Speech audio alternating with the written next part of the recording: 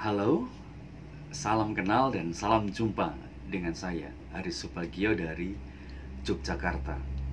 Senang dapat beribadah bersama dengan Bapak, Ibu, Saudara semua di GBI Dabelsi Latumenten, Jakarta.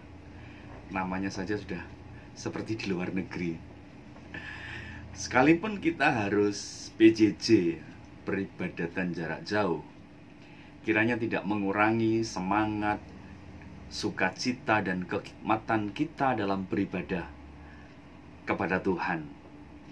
Ini untuk yang pertama kalinya saya bisa bersama dengan saudara di GBI Dabelsi Latumenten. Jangan kapok-kapok, besok bisa berjumpa lagi secara insight. Bapak, Ibu, saudara yang dikasihi Tuhan, ada pepatah yang mengatakan, kalau Anda memberi makan seekor anjing selama 3 hari, maka ia akan mengingatmu selama 3 tahun. Kalau Anda memberi makan seseorang selama 3 tahun, maka ia akan melupakanmu dalam waktu 3 hari. Hampir semua manusia memiliki persoalan dengan daya ingatnya. Perkara yang seharusnya dilupakan justru diingat sepanjang masa. Perkara yang seharusnya diingat malah dilupakan sama sekali. Sehingga manusia perlu membangun monumen atau tugu peringatan supaya generasi berikutnya tidak lupa dengan proses. Di Yogyakarta ada Tugu Golong Gilik, simbol bersatunya rakyat bersama dengan penguasa melawan para penjajah. Sekarang berubah menjadi nama Tugu Pal Putih. Di Surabaya ada Tugu Pahlawan, di Jakarta ada Tugu Proklamasi, di Semarang ada Tugu Muda. Semua tugu atau monumen itu dibuat supaya generasi berikutnya tidak gagal paham tentang proses perjuangan yang dulu pernah dilakukan oleh pendahulunya.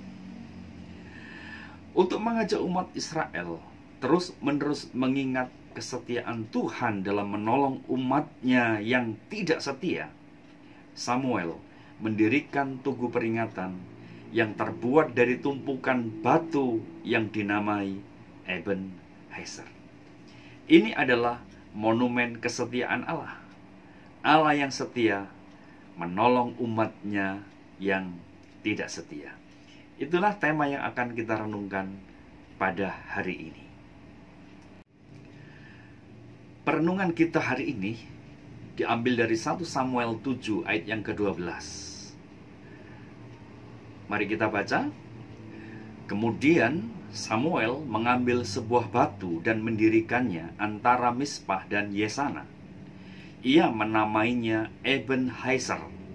Katanya, sampai di sini Tuhan menolong kita. Sesungguhnya Ebenezer itu adalah nama tempat. Nama tempat yang diberi arti baru. Samuel mengatakan sebagai batu pertolongan. Tapi jangan pernah salah. Di tempat yang sama, di Ebenezer itu, Israel pernah dipermalukan, kalah perang bahkan 2 kali dari bangsa Filistin. Di Ebenezer yang pertama, bangsa Israel kalah dan 4.000 orang tewas. Mereka bertanya-tanya, mengapa kalah? Mereka pikir kekalahan mereka disebabkan karena lupa tidak membawa tabut perjanjian Tuhan. Tabut adalah simbol kehadiran Tuhan, tetapi bukan Tuhan. Akhirnya mereka membawa tabut. Di Ebenezer yang kedua, mereka membawa tabut perjanjian melawan orang Filistin. Hasilnya malah lebih parah. Kekalahan orang Israel di Ebenezer babak yang kedua, 30.000 orang tewas. Imam besarnya, Imam Eli, Hofni dan Pinehas anaknya juga ikut tewas. Tabut perjanjian yang menjadi jimatnya dirampas. Mereka berkata, telah hilang kemuliaan Tuhan di tengah Israel. Nah, yang kita baca sekarang ini adalah peristiwa tetap sama di tempat yang sama, di Ebenezer. Tetapi ini adalah peristiwa yang ketiga. Bangsa Israel mengalami kemenangan karena dipimpin oleh Tuhan, dan Samuel berkata, sampai di sini Tuhan menolong kita. Dari kekalahan, keterpurukan, sejarah kelam yang memalukan dan memilukan, namun Tuhan bisa membawa umatnya keluar sebagai pemenang dan bermasa depan cerah. Itulah yang Tuhan mau kerjakan dalam hidup kita. Bagaimana caranya? Hari ini kita akan belajar 3P yang harus dikerjakan semua orang percaya untuk bisa menikmati anugerah pertolongan Tuhan. Monumen kesetiaan Tuhan mengajarkan yang pertama adalah pertobatan. 1 Samuel 7 ayat yang ketiga. Lalu berkatalah Samuel kepada seluruh kaum Israel demikian, jika kamu berbalik kepada Tuhan dengan segenap hati, maka jauhkanlah para allah asing dan para asitoret dari tengah-tengahmu, dan tujukanlah hatimu kepada Tuhan, dan beribadahlah hanya kepadanya, maka ia akan melepaskan kamu dari tangan orang Filistin. Pertanyaannya, mengapa umat Tuhan diserukan untuk bertobat? Karena memang hatinya jauh dari Tuhan, dan orang Israel waktu itu tidak peduli dengan ibadah. Mari kita kembali pada zaman ketika Samuel masih kanak-kanak. Ibadah masih berlangsung, namun dipimpin oleh keluarga Imam Eli. Karena Eli sudah tua, maka yang memimpin adalah anaknya Hofni dan Pinehas. Namun firman Tuhan jarang diberitakan, sehingga 1 Samuel pasal 3 ayat yang ke-1 berkata, pada masa itu firman Tuhan jarang, dan penglihatan pun tidak sering. Ibadah pada Tuhan saat itu masih marak, perayaan keagamaan masih berjalan dengan baik, namun ibadah kepada Tuhan hanya menjadi ritual keagamaan yang kosong. Penampilan luarnya bagus, kulitnya bagus, casingnya mulus, tapi dalamnya hancur dan sudah rusak. Mulutnya menyembah kepada Tuhan, tetapi hatinya jauh dari Tuhan. Tangan mereka masih mempersembahkan korban kepada Tuhan. Tetapi korban itu disampaikan bukan karena cintanya kepada Tuhan, tetapi takut hukuman Tuhan. Tabut Tuhan yang seharusnya menjadi lambang kehadiran Tuhan dijadikan Tuhan, dikeramatkan, dibawa kemana-mana. Mereka pikir kalau ada tabut Tuhan pasti mereka menang. Kita lihat kehidupan para pemimpin umat yang memimpin ibadah waktu itu menjadi rusak. Ada keserakahan, korup, ada percabulan, nama Tuhan dihinakan. Akibatnya kehidupan umat pun menjadi liar. Mereka pindah agama, kawin campur, dan menyembah berhala. Seperti itulah gambaran ibadah pada waktu itu. Mereka beribadah kepada Tuhan, tetapi hatinya jauh kepada Tuhan. Sebagai akibatnya, Tuhan mengizinkan seluruh bangsa Israel hidup dalam penderitaan yang panjang. Hidupnya tidak tenang, tidak senang, tidak bahagia, mengeluh setiap hari. Bahkan Israel hidup dalam penjajahan orang Filistin, setiap hari penuh teror dan ketakutan. Dosa itu memang bukan sekedar perbuatan dan perkataan kita, tetapi jauh dalam lubuk hati kita. Ketika kita menjauh dari Tuhan dan merasa bisa hidup sendiri tanpa Tuhan,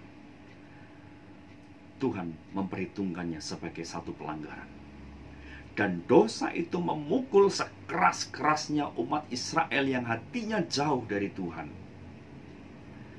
Dalam hubungan pernikahan yang kurang sehat, pasti juga akan melahirkan konflik yang panjang. Istri yang mencurigai suami, bahkan bisa terjadi konfrontasi yang berakibat pada perceraian. Seorang istri melampiaskan protes kepada suaminya dengan caranya yang unik. Ia tidak menyediakan kopi di pagi hari, tetapi menyediakan bahan kopi. Anehnya, toples yang biasanya diisi gula diisi garam, sehingga ketika suaminya mengambil gula berisikan garam dicampur dengan kopi, dia menjadi marah karena dia pikir istrinya sengaja menjebak dia untuk membuat kopi yang asin. Ketika suaminya ini protes kepada istrinya, "Kenapa kamu berbuat seperti itu? Sudah tahu ini garam, tetapi kamu masukkan ke dalam toples gula." Istrinya dengan santai berkata, "Di HP-mu juga nama Marni kamu rubah menjadi Marno. Di HP-mu nama Narti kamu juga rubah menjadi Narto." Ini baru sebatas penyajian kopi. Tidak bisa dibayangkan dengan persoalan-persoalan yang lain.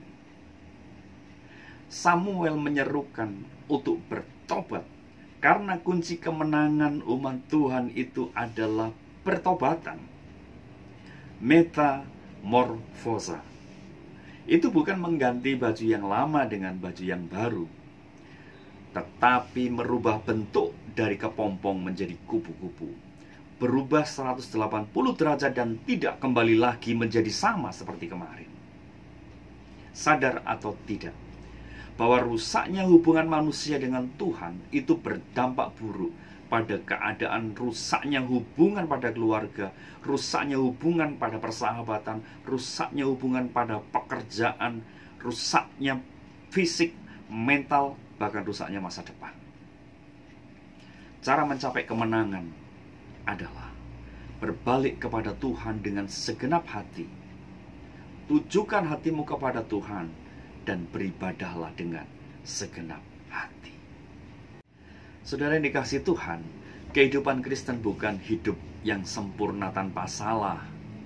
Namun saat kita berbuat dosa, Tuhan hadir, membuka tangannya untuk mengampuni kita dan membawa kita pada jalan yang benar. Monumen kesetiaan Tuhan yang pertama berbicara tentang P, pertobatan. Yang kedua, monumen kesetiaan Allah itu berbicara tentang pencobaan. 1 Samuel 7 ayat yang ke-7. Ketika didengar orang Filistin bahwa orang Israel telah berkumpul di Mispa, majulah raja-raja kota orang Filistin mendatangi orang Israel. Serta didengar orang Israel demikian, maka ketakutanlah mereka terhadap orang Filistin. Peristiwa ini terjadi manakala orang Israel mengikuti seruan Samuel untuk bertobat. Samuel mengadakan kebaktian kebangunan rohani, dan seluruh orang Israel mengikutinya. Mereka berpuasa dan berdoa, meratapi perbuatannya yang salah dan mengakui dosa-dosanya. Tetapi pada saat yang sama, orang Filistin masih diizinkan Tuhan menyerang orang Israel. Pertanyaannya, mengapa pertobatan, kesalehan, ketaatan tidak langsung menyelesaikan persoalan? Mengapa masih ada masalah baru yang muncul? Mengapa orang Kristen yang sudah bertobat, yang hidupnya benar, yang setia beribadah, memberi persembahan, melayani Tuhan, tetapi masih ada pencobaan? Katanya bersama Yesus kita lakukan perkara yang besar. Katanya bersama Yesus tidak ada yang sukar. Faktanya kita menghadapi persoalan yang besar. Saudara yang dikasihi Tuhan, beriman kepada Tuhan Yesus itu memang tidak seindah drama Korea, tapi juga tidak berputar-putar seperti sinetron Indonesia. Secara alamiah, saat Anda menanam padi, rumput liar akan tumbuh bersamanya. Sebaliknya, jika Anda menanam rumput, belum tentu padi akan tumbuh bersamanya. Tuhan tidak menciptakan pencobaan, tetapi Tuhan memakai pencobaan sebagai alat untuk mendewasakan karakter kita.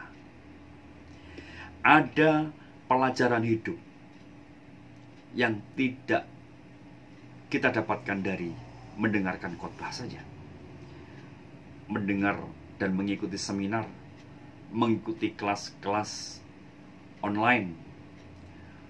Ada pelajaran yang tidak bisa kita unduh dari internet, tetapi kita harus belajar langsung dari pengalaman. Dan orang sekarang mengenalnya sebagai learning by experience. Jadi Tuhan sendiri yang mengajarkan secara langsung bagaimana kita menghadapi persoalan hidup bersama dengan Tuhan. Mengapa Tuhan masih mengizinkan persoalan menimpa hidup kita? Karena Tuhan punya tujuan. Tujuan yang pertama adalah membangun karakter kita menjadi dewasa. Wataknya bangsa Israel itu kan orang yang paling rewel dan mudah berubah, setia pada Tuhan, gampang mutung, tidak bisa diatur, tegar tengkuk. Dengan adanya tragedi yang besar ini, maka mereka sekarang tunduk dengan caranya Tuhan.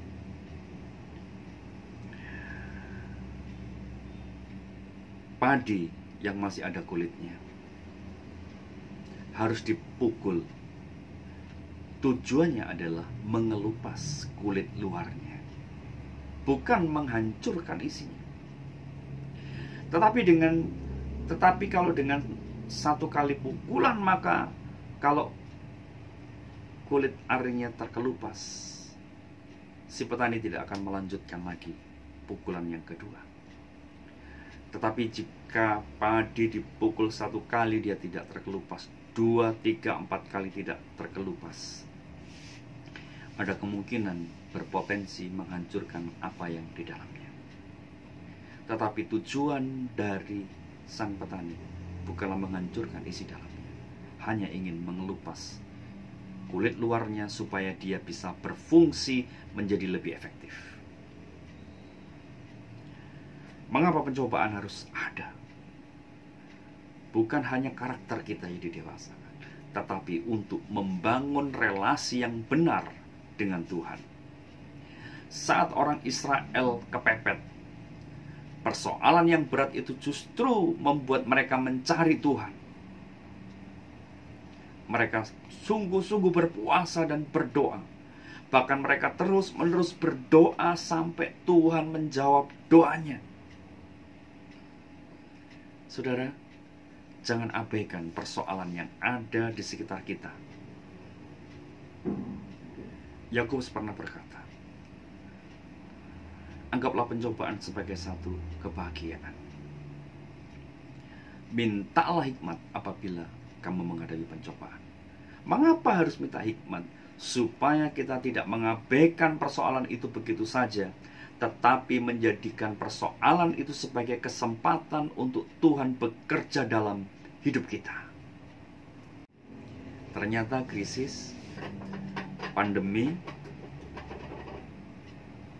bencana, persoalan hidup itu bukan saja mengubah apa yang ada di sekitar kita menjadi new normal, tetapi pandemi ini juga mengubah hati dan pikiran kita, mengubah hidup kita, cara pandang kita, dan itu jauh lebih penting.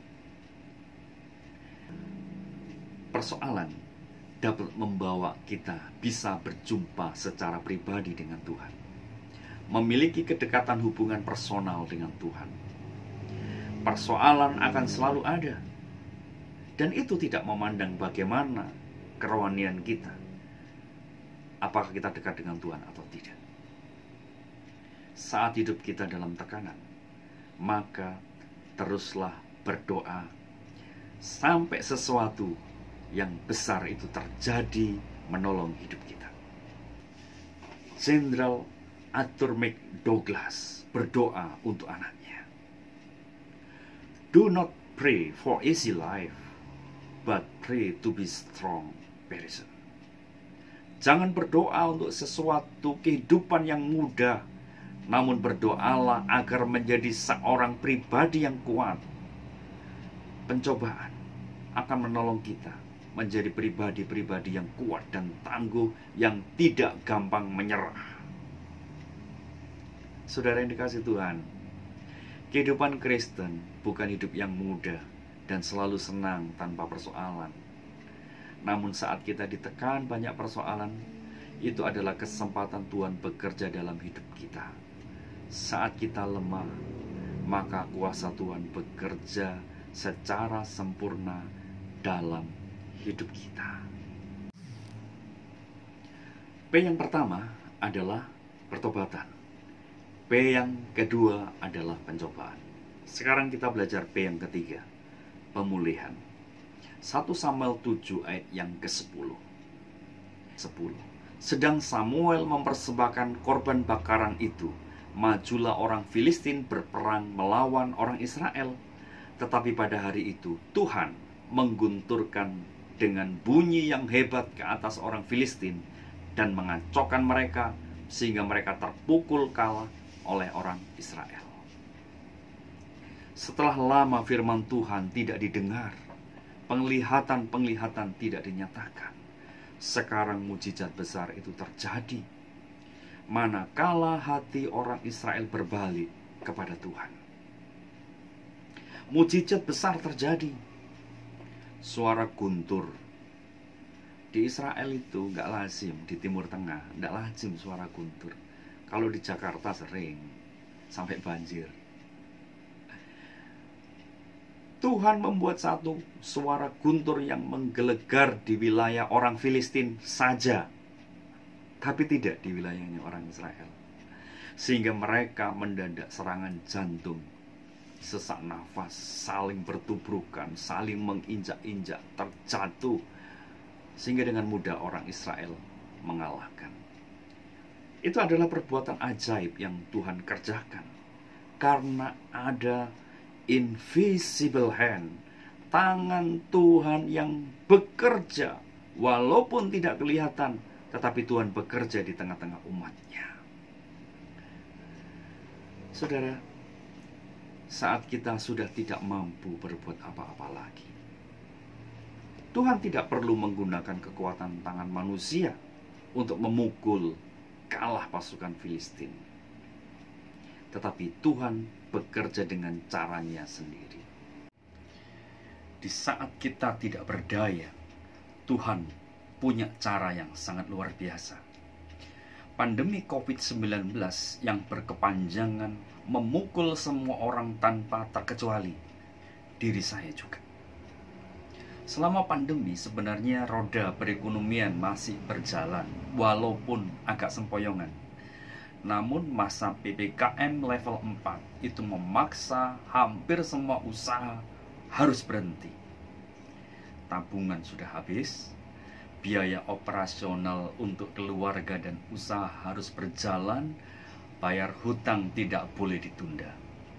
Saya toleh seperti burung merpati yang kesasar nggak tahu jalan pulang. Bingung, panik, gak tahu apa yang harus dikerjakan.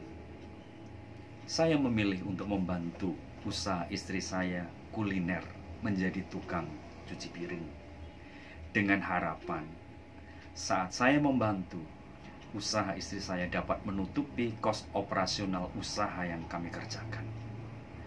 Warung boleh buka, tetapi harus take away. Penghasilan yang pas-pasan menjadi semakin tidak pasti. Namun tidak ada pilihan hidup. Pagi sampai sore saya membantu cuci piring di warung. Sore sampai malam saya menjadi YouTuber rohani. Akhir bulan saya harus menyelesaikan pembayaran yang lumayan besar. Tapi penghasilan dari warung sangat minim. 2 hari menjelang hari H, saya mendapatkan WA yang isinya, "Pak, saya sudah mentransfer sejumlah uang. Bukan 6 digit, bukan 7 digit, tetapi 8 digit. Uangnya mohon diterima, Pak. Kerjanya besok saja kalau pandemi sudah landai." Saudara, ini adalah omset yang paling besar selama saya bekerja. Saya belum keluar keringat, tetapi berkat Tuhan sudah dikucurkan dalam diri keluarga saya.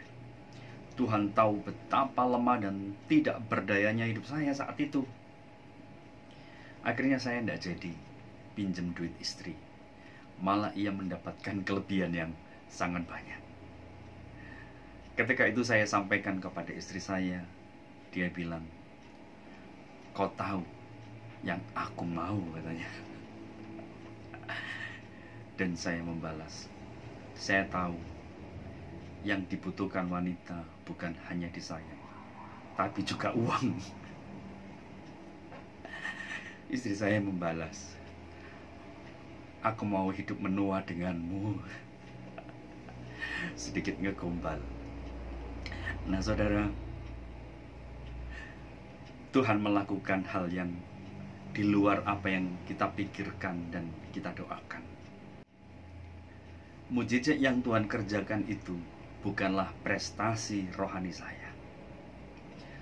Keringat belum saya keluarkan, kerja belum saya lakukan, tetapi semata-mata Tuhan tahu betapa lemahnya diri saya, dan tanpa pertolongannya saya tidak dapat berbuat apa-apa. Namun yang luar biasa dalam peristiwa monumen kesetiaan Tuhan ini adalah lebih dari mujizat. Tuhan melanjutkan pekerjaannya. Apa itu? Ada kabar baik dari Ebenezer. Berkat rangkap 3. 1 Samuel 7 ayat 13 dan 14. Demikianlah orang Filistin itu ditundukkan dan tidak lagi memasuki daerah Israel. Tangan Tuhan melawan orang Filistin seumur hidup Samuel. Berkat yang pertama adalah berkat perlindungan. Secara fisik hidup orang-orang Israel itu dipagari dengan keamanan yang sempurna, sehingga orang Filistin tidak ada satupun yang bisa masuk di wilayah orang Israel. Ayat 14. Dan kota-kota yang diambil orang Filistin daripada Israel kembali pula pada Israel, mulai dari Ekron sampai Gad, dan orang Israel merebut daerah sekitarnya dari tangan orang Filistin. Bukan saja perlindungan Tuhan yang sempurna, tetapi juga pemulihan Tuhan yang ajaib. Harta milik orang Israel tidak ada satupun yang bisa diambil, dijamah atau dirampas oleh orang Filistin.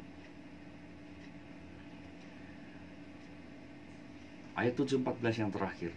Antara orang Israel dan orang Amori ada damai.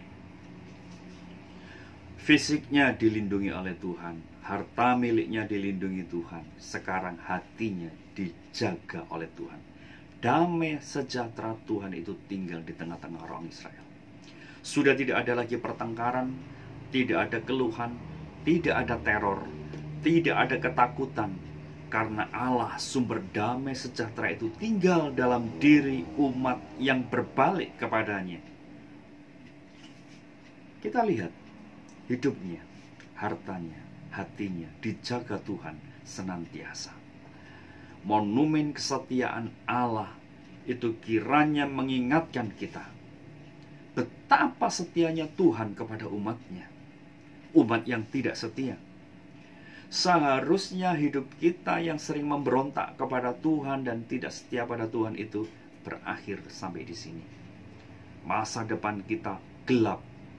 Namun Allah oleh anugerahnya yang besar memberi kesempatan kita hidup berbalik pada jalannya, dan kita menikmati berkat-Nya. Bapak Ibu Saudara yang dikasihi Tuhan, ketika kita jatuh dalam dosa, Allah itu setia dan adil, maka Dia akan mengampuni kita dan menyucikan kita dan menuntun kita dalam jalan yang benar.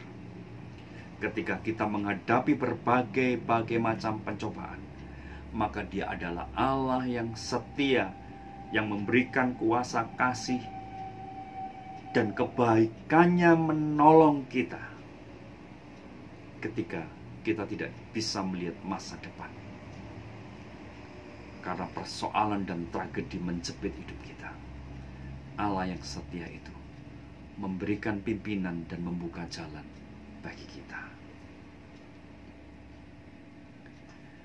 Berapa lama hidup kita tidak mengalami Tuhan?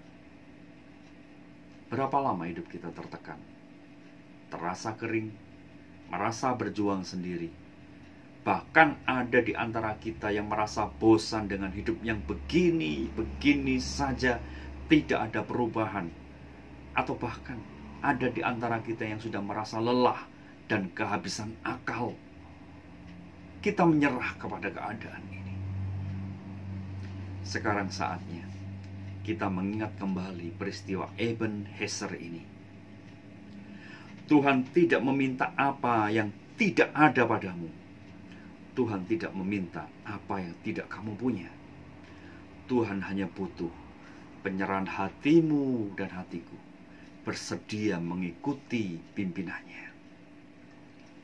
Untuk memindahkan gunung yang besar, tidak dibutuhkan iman sebesar gunung itu, namun hanya dibutuhkan iman sebesar biji sesawi saja.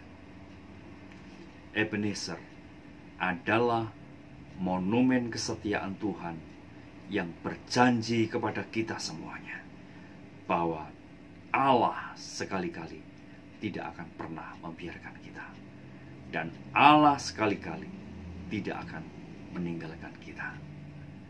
Amin. Tuhan memberkati kita semua.